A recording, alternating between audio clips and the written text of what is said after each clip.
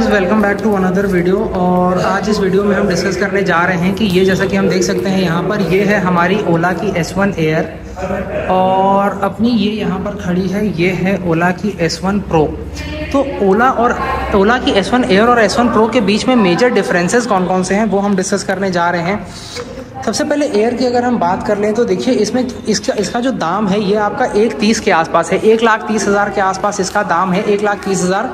और इसका जो है ये 1,60,000 है। ये सारे दाम मैं बिना स्टेट सब्सिडी के बता रहा हूँ, वो आप अपने जगह पे चेक कर लेना, हो सकता है थोड़ा और कम हो जाए। नॉर्मली 30,000 का डिफरेंस है इन दोनों के बीच में। लेकिन अब यहाँ समझने वाली बात है कि भाई 30,000 में आपको इससे क्या एक्स्ट्रा मिलता है S1 प्रो में। तो सबसे पहले अगर हम टॉप स्पीड की बात कर लें तो S1 प्रो जो है उसका टॉप स्पीड है 120, लेकिन इसका जो टॉप स्पीड है ये ओनली 90 किलोमीटर पर आवर है। तो 30 किलोमीटर का टॉप स्पीड ज़्यादा उसमें आपको मिल जाता है जो फेसलिफ्ट S1 प्रो है उसमें। बाकी फिर अगर हम बात कर लें बैटरी की कैपेसिटी की या पीक पावर की बात कर लें तो उसमें आपको मिल जाता है 11.5 किलोवाट तक का, 11 किलोवाट तक का मिल जाता है। इसमें आपको 4.5 किलोवाट का मिलता है, तो आधा है। और इसकी वजह से आपका जो टॉप स्पीड है वो तो इफेक्ट हो ही रहा है, साथ ही साथ आपका जो 0 to 40 का टाइमिंग है, 0 to 40 का टाइम यूज़ कर रहा है ओला अपना डिनोट करने के लिए एक्सेलरेशन। तो जो इसका प्रीमियम स्कूटर है ये S1 प्रो, ये 2.5 सेकंड के आसपास 2.6 सेकंड में कर लेता है 0 to 40, लेकिन इसको 3.3 सेकंड लगते हैं। रेंज की अगर हम बात करें, रेंज जो एक बहुत इंपॉर्टेंट फैक्टर है, रेंज जो है S1 प्रो का 195 के आसपास है जो और S1 एयर का 125 है। रियल वर्ल्ड रेंज ऐसा कंपनी क्लेम करती है कि 125, ये थोड़ा मतलब 150 तक ये कंपनी क्लेम करती है, लेकिन 125 ऐसा माना जाता है कि रियल वर्ल्ड में S1 एयर चल जाता है। और S1 प्रो का कंपनी बोलती है कि 180 to 190 चल जाता है। तो और राइडिंग मोड्स की अगर हम बात कर लें, जैसे अगर मैं इसे आपको खोल के दिखाऊं, दोनों ही कीलेस हैं। ये देखो, इसमें दोनों में आपको ये डिजिटल डिस्प्ले मिलता है, दोनों ही कीलेस हैं। दोनों में आपको क्रूज कंट्रोल मिलता है, पार्टी मोड मिलता है। फीचर्स में कोई खास कमी नहीं है। कमी कहाँ है वही मैं अभी आपको दिखाने जा रहा हूँ। यहाँ पे अभी अगर इस आपको देखोगे तो यहाँ पे इसमें आपको 3 मोड मिलते हैं, विच इज़ इको, नॉर्मल और स्पोर्ट। यही अगर मैं इस स्कूटर में आपको दिखाऊं, यहाँ पे आपको इको, नॉर्मल, स्पोर्ट और हाइपर, इको, नॉर्मल, स्पोर्ट और हाइपर 4 मोड मिल जाते हैं।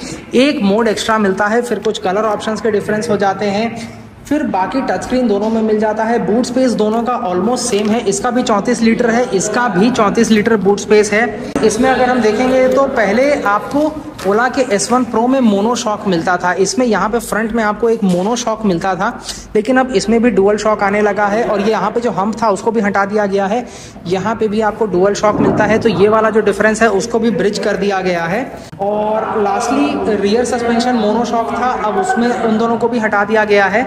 पार्टी मोड मिल जाता है और वारंटी दोनों पे 5-5 साल की आपको मिल जाती है। एक्सटेंडेड नॉर्मली 3 साल की देती है कंपनी, और उसको फिर आप एक्सटेंड करा के 5 साल तक का करा सकते हो।